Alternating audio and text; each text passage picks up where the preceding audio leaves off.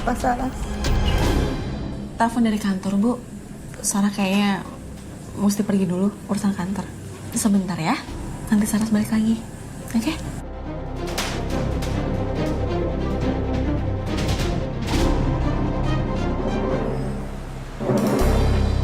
Aduh, Van. Berulah lagi.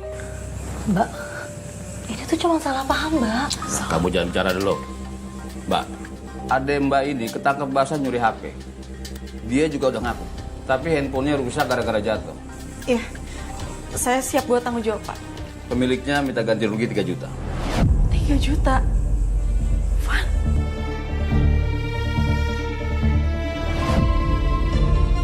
Gak apa-apa kalau nggak mau ganti. Masalah ini saya bawa ke kantor polisi. Jangan, Pak. Sebentar. Coba dihitung dulu, Pak. Terima kasih, Mbak. Tapi tolong, adanya dikasih pembinaan. Ini bukan perkara kecil, ya? Iya, Pak. Terima kasih, Pak. Mbak, aku... Apa? Apa lagi? Gak usah banyak alasan, ayo pulang.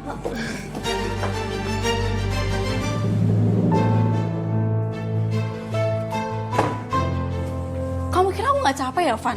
Nutupin kelakuan kamu terus. Nyolong aja terus. Ya aku tuh butuh uang, Mbak. Aku minta, apa pernah dikasih? Ya karena kamu gak bisa dipercaya, Fanny. Uang buat apaan sih? Buat beli make up? Buat nongkrong? Buat apa lagi? Mbak pikir enak ya hidup di rumah ini? Tiap hari kerjanya cuma denger Bapak marah. Mbak juga kerjanya cuma bisa ngomel. Aku tuh gak pernah dianggap apa-apa, Mbak. Aku tuh bisa gila, tau gak? Terus kamu mau nyolong lagi? Biar semua orang hina keluarga kita. Iya? Aku gak punya pilihan, Mbak. Ya Mbak enak, udah kerja aku dapat uang dari mana, Mbak?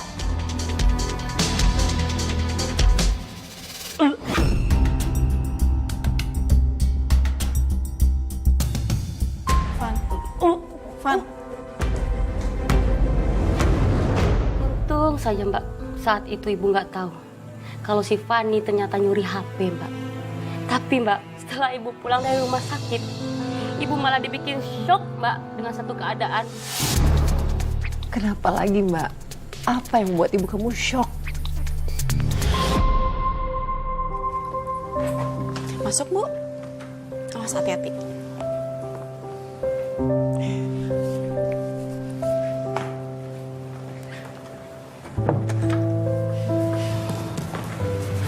Tuh, lihat, Bu.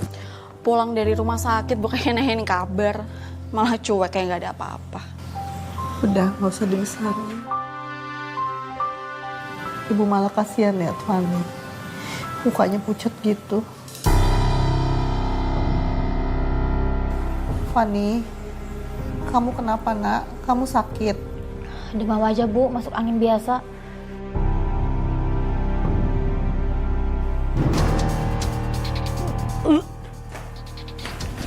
Fanny. Bu, Fanny, Bu.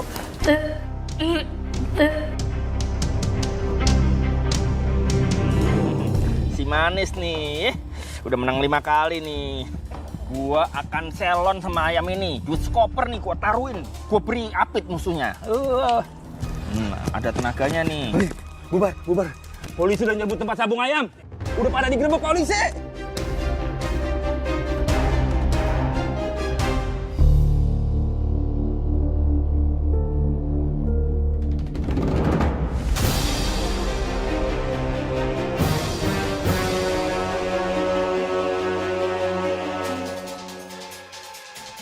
Saya kaget melihat hasil tes pack 2 garis di kamar mandi. Saya langsung ingat sebelum itu Fanny muntah-muntah. Van.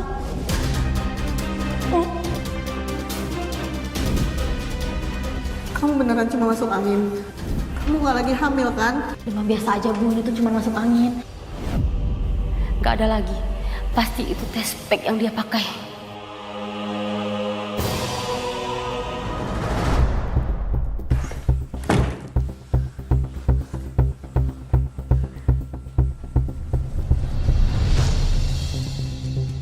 Ada apa ini? Kumpul-kumpul gini. Lihat nih, Pak. Anak kesayangan Bapak yang Bapak bangga-banggain ternyata hamil di luar nikah.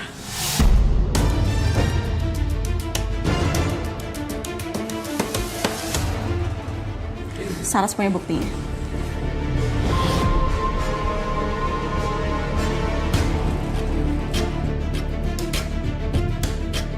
Tenang Pak, kita nggak bisa pakai emosi di sini Pak. Sekarang tugas kita adalah minta pertanggungjawaban dari pacarnya Fani. Tenang kepala kamu.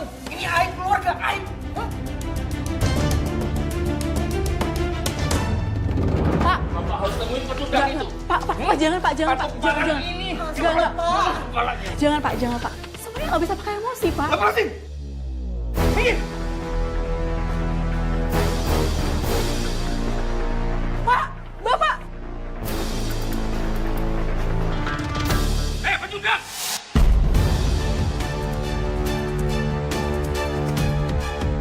Kamu hamilin Fani kan? Ngaku nggak? Sabar. Apa? Sabar. Hah? Sini mau jagoan. Ayo masuk sini. Sabar Pak. Kamu ngaku. Pak jangan Pak. Berarti kita bisa masuk penjara. Biarin. Sabar Pak. Biar Bapak masuk penjara. Dia udah hamilin adik kamu. Hah? Malah lari kemana lu? Bapak.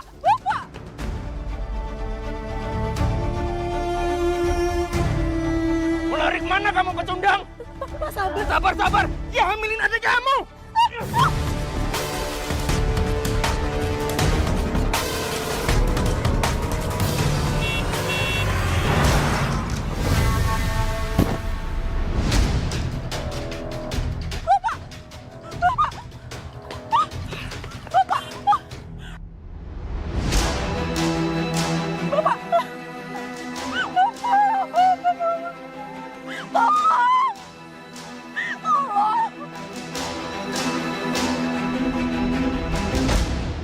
Setelah kejadian itu,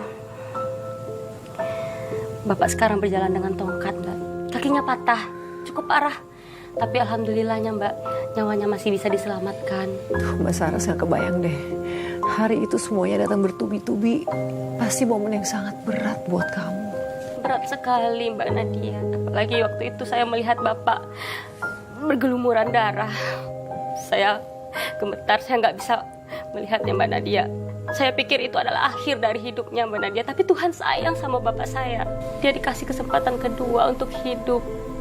Ya, walaupun sekarang berjalan dengan tongkat. Mbak Saras. Tapi kan, maaf ya saya harus menanyakan hal ini. Apa yang Bapak kamu telah lakukan kepada kamu, kepada ibu kamu? Dan kamu masih memilih untuk merawatnya? Rasanya campur aduk, Mbak Nadia. Bapak memang orangnya pemarah, temperamen. Tapi ketika melihat dia mulai lemas begitu, saya sebagai anak gak tega, Mbak. Ya Mbak, luar biasa. Jadi akhirnya kamu dan ibu kamu merawat bapak kamu? Iya, Mbak. Saya dan ibu bergantian merawat Bapak. Mungkin orang-orang pikir kami bodoh sih, Mbak. Tapi saya tidak mau menjadi dendam. Saya nggak mau dendam saya tuh semakin memenuhi tubuh saya, Mbak. Saya nggak berpikir kamu bodoh, Mbak Saras. Menurut saya justru kamu dan ibu kamu tuh adalah orang hebat. Dengan semua luka yang telah dilakukan oleh bapak kamu, kalian memilih untuk memaafkan. Tidak banyak orang loh, Mbak, yang sanggup melakukan hal itu. Saya nggak mau, Mbak Nadia. Kalau seandainya nanti beliau pergi, saya malah menyesal. Sebagai anak saya tidak pernah berbakti. Makanya saya maafkan Mbak Nadia.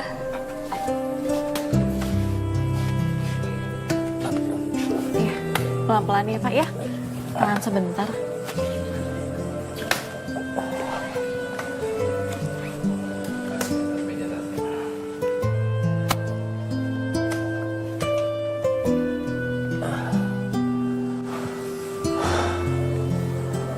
Bapak capek. Bukan badan capek, tapi hati Bapak yang capek. Bapak capek kenapa Pak? Selama ini yang Bapak lakukan ke kalian itu dosa. Bapak nggak pantas dipapah sama kalian. Harusnya Bapak itu dihukum, bukan dirawat.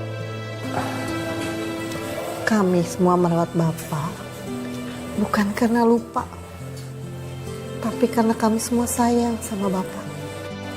Yang penting sekarang Bapak bisa berubah ya. Nggak ngulangin kayak kemarin lagi. Tiap malam Bapak mendengar kalian menangis. Bapak nggak bisa tidur. Bapak takut tidur. Bapak takut ketika tidur dosa-dosa Bapak hadir dalam mimpi Bapak. Kalau Bapak masih punya rasa takut, itu tandanya hati Bapak belum mati. Bapak masih pantas jadi ayah.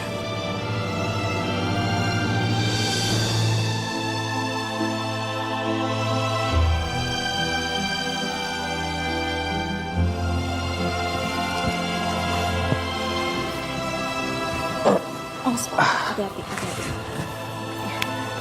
Saras, Iya, Pak. maafin Bapak. Seandainya waktu bisa diputar, Waktu emang nggak bisa diputar, Pak. Tapi kalau untuk niat baik, bisa dimulai hari ini.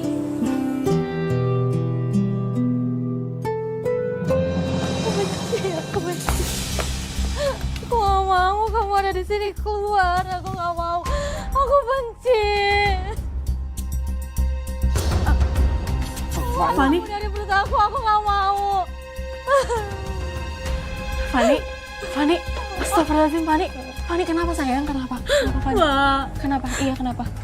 dia tinggalin aku, Mbak. Dia ngelakuin ini anaknya. Dia kabur, Mbak. Dia kabur.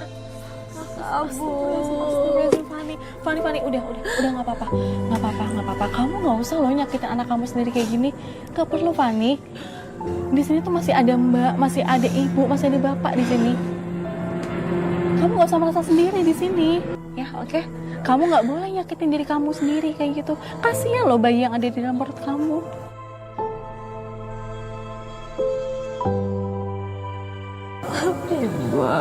Iya, kenapa?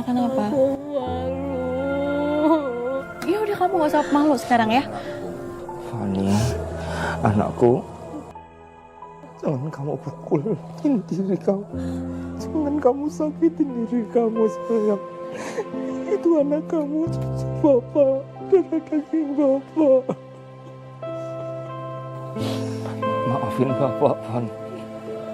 Bapak gagal jaga kalian. Maafin Bapak. Kamu nggak usah bingung lagi, kamu nggak usah sedih lagi ya. Kita semua ada di sini kok buat kamu. Ada aku, ada Ibu, ada Bapak. Kita bangun semuanya lagi ya, sama-sama bareng-bareng ya, sama bayi kamu juga ya. Udah nggak usah sedih lagi ya. Ya. Fan, semuanya Bapak yang tanggung. Kamu jangan menyerah. Kamu harus kuat, Van. Jangan seperti Bapak, Van.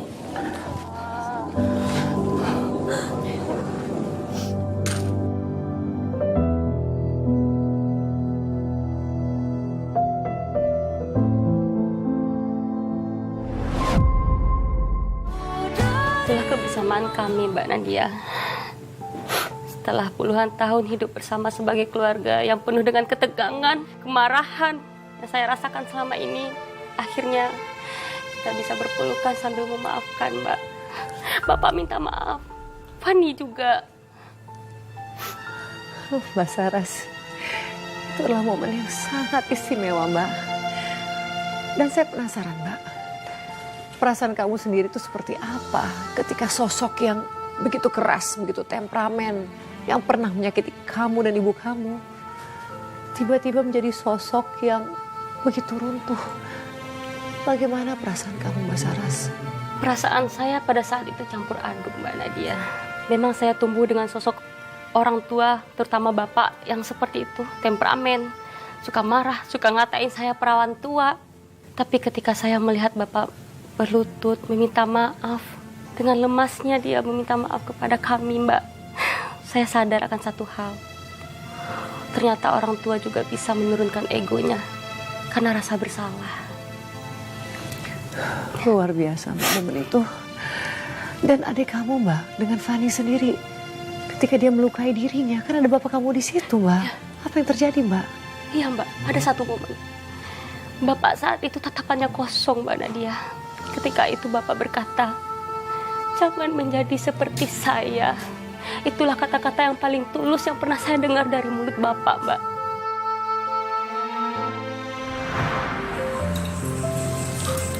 kamu makan proteinnya biar banyak ya. Iya Ibu, makasih banyak ya Ibu tuh udah perhatian sama kandungan aku. Fani, kamu maunya apa? Nanti Bapak cariin. Asal jangan sambal terasi tengah malamnya. Iya Pak.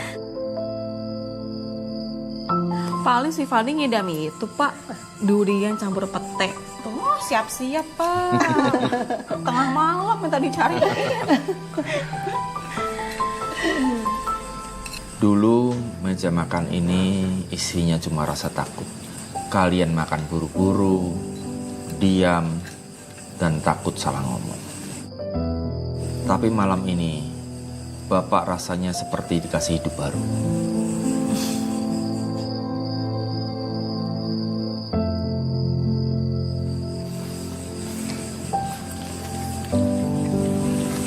Pak, maafin aku ya.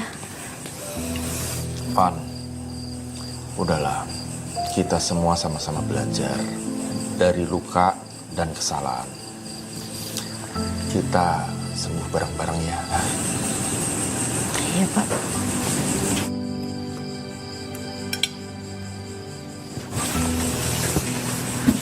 Kita itu emang gak sempurna, Pak. Tapi malam ini, rasanya tuh aku tuh kayak pulang gitu ke rumahku. Biasa, maafin Bapak ya. Dulu Bapak sering ngatain kamu perawan tua. Dan sekarang rumah ini akhirnya benar-benar menjadi rumah.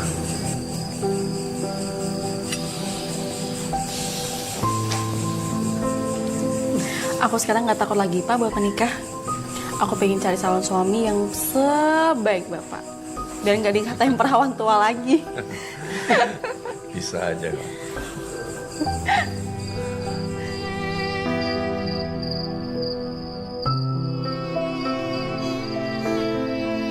Kami memang nggak langsung jadi sempurna, Mbak.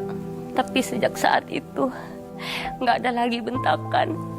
Nggak ada lagi rasa takut untuk pulang. Kami ngobrol. Kami sekarang sudah makan bareng. Mungkin bagi keluarga biasa itu hal yang sepele ya, Mbak ya. Tapi bagi saya itu adalah hal yang luar biasa, Mbak. Hal istimewa. Saya terus senang Mbak mendengarnya, dan itu bukan hal sepele. Itu adalah sesuatu yang begitu kamu nantikan. Dan Mbak Saras, dari semua kemelut yang kamu hadapi Mbak, kira-kira apa pelajaran hidup yang sangat penting yang ingin kamu bagikan kepada kita semua? Iya, bahwa perubahan itu mungkin. Bahkan untuk orang yang paling kita anggap gak bisa berubah. Tapi syaratnya satu, harus ada luka yang cukup dalam supaya dia sadar. Tuhan Maha pembolak-balik hati ya Mbak. Ya ketika seseorang yang ingin berubah datang, kita harus buka pintu itu lebar-lebar. Kita maafkan Mbak, kita kasih kesempatan. Mbak, sungguh indah yang kamu alami dan kami ucapkan terima kasih. Kamu mau membagikan kisah kamu dengan kami semua Mbak. Karena ini bukan cuma cerita mengenai sebuah keluarga aja. Ini adalah cerita mengenai pengampunan, mengenai memaafkan suatu kesalahan yang melukai kita, tentang kesempatan kedua, dan yang paling penting, tentang kembali ke rumah sendiri. Pemirsa, kisah Mbak Saras ini adalah cerminan nyata tentang bagaimana perempuan harus bertahan menghadapi stigma dan tekanan sosial. Diejek perawan tua, diberikan stigma, dihindari, dicemooh, dipinggirkan, hanya karena memilih untuk menunggu hingga menemukan cinta yang abadi, bukan asal menikah demi status semata. Semoga kisah ini bisa menjadi pembelajaran bagi kita semua, bahwa nilai seorang perempuan tidak ditentukan oleh usia, oleh status, ataupun oleh standar yang dibuat oleh orang lain. Terima kasih telah menyaksikan Catatan Hati Perempuan. Sampai jumpa di episode berikutnya dengan kisah inspiratif lainnya. Selamat malam.